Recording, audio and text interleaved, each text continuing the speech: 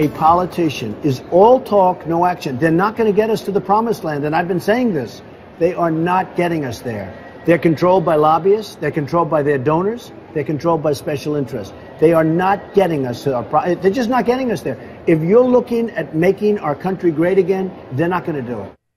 That's a portion of my exclusive interview with Republican presidential candidate Donald Trump, and you heard him say conventional politicians are not going to get the job done. Of course, the Donald making gains in several polls across the nation, but his controversial comments about illegal immigrants from Mexico has prompted a backlash. So, despite that backlash, why is Trump so popular?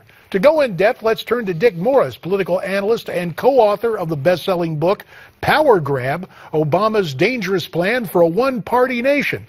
Dick joins us tonight from Newsmax, Washington. Dick, we appreciate your time. In the battle that pits Donald Trump against the establishment media and increasingly the establishment GOP, who wins? Well, I think that Donald will shake things up a great deal. Whether he wins or not is another question. But first of all, before we discuss the impact of it, I just want to make a basic point. Donald Trump is right when he says factually that illegal immigrants from Mexico contribute disproportionately to the crime in the United States. There are about 260,000 inmates in federal and state prisons who are not United States citizens. That's the only rubric that they divide it by. And some of them may be green card holders, and some of them may be tourists, but I'm sure the vast majority of them are illegal immigrants. And they're not in prison for immigration. These are folks that are in prison for violent and drug crimes. And the inmate population of the United States is high, but it's not that high. It's about 1.7 million, and 200,000, 250,000, that's about 15%. Right. Well, again, illegal immigrants are about 12 million out of 330 million, so there's nowhere near 15%. Dick, you've made so Trump's the point. Right. Let's start with that. That we start there, and he is factually correct. Now, the blowback from the establishment, both in terms of the mainstream media and the Republican Party, will that do him in?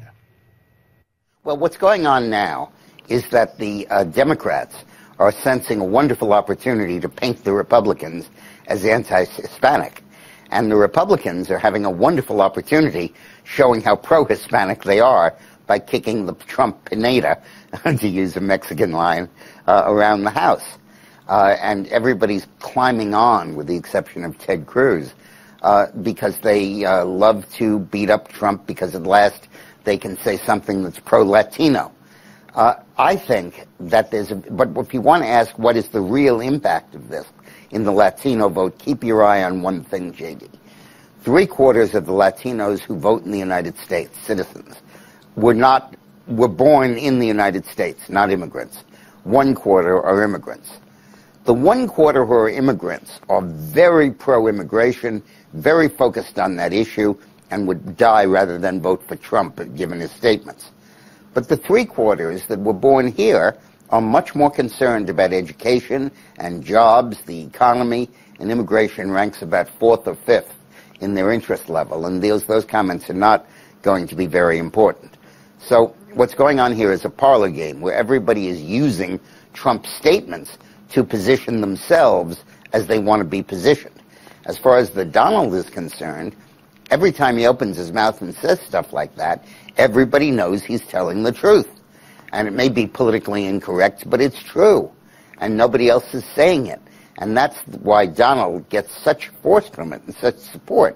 Not because he's saying outrageous stuff, but because he's saying outrageous stuff that is true. And with the minute and a half that remains, Trump today said he would not be a Ross Perot, and yet you take a look at Ross Perot 20 years ago, the temptation has to be out there. Do you take Donald at his word that he will not mount a third party or independent effort?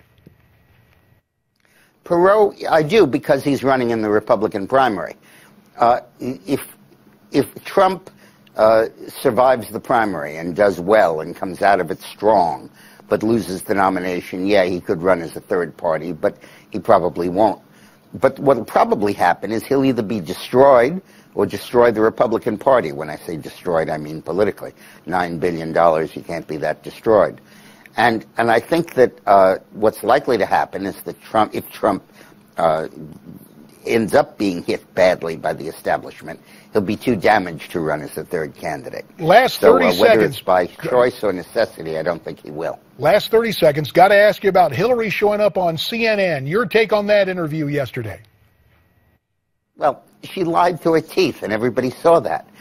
When she says she wasn't required to disclose the emails, that is ridiculous. The law requires every Secretary of State to leave all their papers with the department.